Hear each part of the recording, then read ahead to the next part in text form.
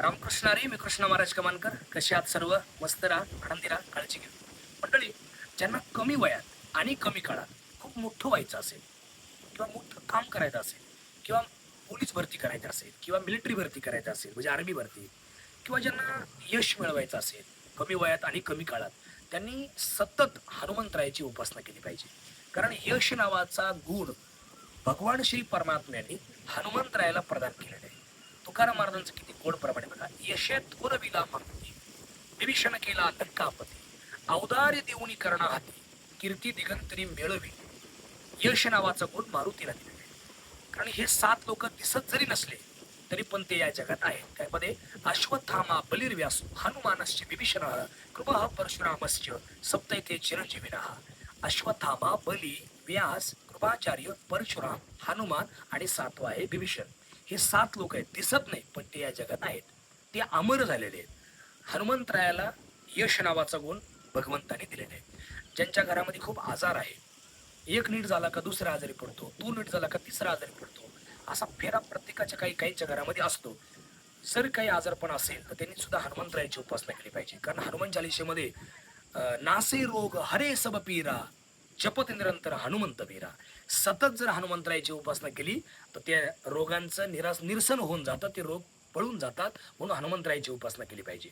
किंवा ज्यांच्या घरामध्ये पिशाचची बाधा आहे, बाहेरची बाधा आहे, अशी जरी कोणाची करत असली बाधा तर त्यांनी सुद्धा हनुमंतरायाची उपासना केली पाहिजे. भूत पिशाच निकट नाही यावे, महावीर जेवण नाम सुनावे. मग बघा तुम्ही, हनुमंतरायाची उपासना केल्यानंतर या 2 गोष्टी जर पडतात तेव्हा संपूर्ण हनुमान चालिसा जर वाचली तर त्याचं काय होईल? होय सिद्धी साखी गौरीसा. म्हणून रोज आपल्या घरामध्ये हनुमान चालिसा ही झालीच पाहिजे.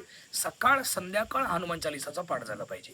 आपण वाचा, आपल्या बायकोला वाचायला सांगा, आपल्या मुलीला वाचायला सांगा, आपल्या मुलाला वाचायला सांगा, सुनबाईला वाचायला सांगा, पण रोज हनुमान चालिसाचा पाठ हा आपल्या घरात झालाच पाहिजे. बघा तुम्ही, हनुमान, काही लोक म्हटले मग आम्ही पांडुरंगाचे भक्त आहेत, मग आमचा पांडुरंग आम्हाला मिलिटरी मॅन करणार नाही का? अजिबात नाही करणार. का बरं? अहो, पांडुरंगानेच यश नावाचं खातं मारुतीला दिलेलं आहे. तुम्हाला उदाहरण सांगतो बघा. महाराष्ट्राचे मुख्यमंत्री आहेत, त्यांनी ज्यावेळेला मुख्यमंत्री पदाची शपथ घेतली आणि शपथ घेतल्यानंतर त्यांचे नेते त्यांनी असे समोर बसवले सगळे एका खुर्चीवरती आणि मग त्यांनी खाते वाटप करून दिले. तुम्ही आरोग्यमंत्री, तुम्ही आदिवासी विकास मंत्री, तुम्ही शिक्षण मंत्री किंवा तुम्ही सार्वजनिक बांधकाम मंत्री, असे प्रत्येक नेत्याला खाते वाटून दिलेले. मग समजा शिक्षणासंदर्भात जर काही काम असलं तर कोणाकडे जावं लागेल? शिक्षण मंत्र्याकडे जावं लागेल ना. एका जणांनी फाईल घेतली नातीची, त्यांची नात खूप शिकली, त्या नातीला बरोबर घेतलं, नातीची फाईल घेतली आणि मुख्यमंत्र्याच्या कॅबिनमध्ये मंत्रालयात, साहेब ही माझी नात आहे, खूप शिकली आहे, हिचं काही नोकरी पाण्याचं बघा.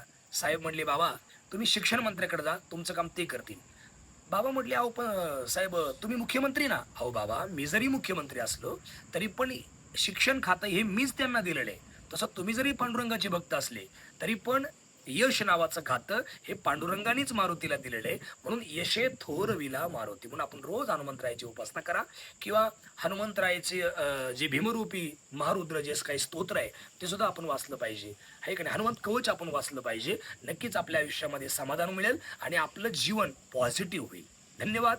व्हिडिओ जर आवडला तर नक्कीच शेअर करा, खाली कमेंट करा, म्हणजे मला कळेल हा व्हिडिओ तुम्हाला आवडला आहे. आणि Krishna Maharaj Kamankar YouTube channel official याला आपण सबस्क्राईब करा आणि एकमेकांना सबस्क्राईब करून एकमेकांना ते पाठवा, म्हणजे सगळ्यांना आपले व्हिडिओ पाहता येईल. धन्यवाद.